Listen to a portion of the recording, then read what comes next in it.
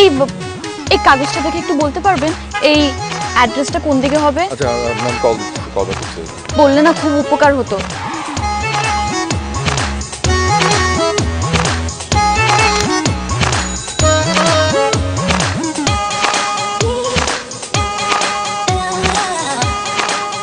এটা এটা কি কোন ভাষা?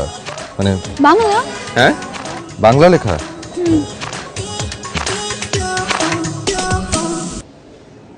মানে এই লেখাটা বোঝা যাচ্ছে না। মানে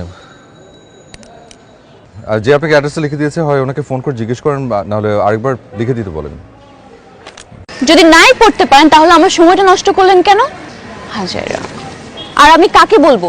লিখেছি তো আমি নিজেই। এটা আপনার হাতে লেখা? ইয়েস।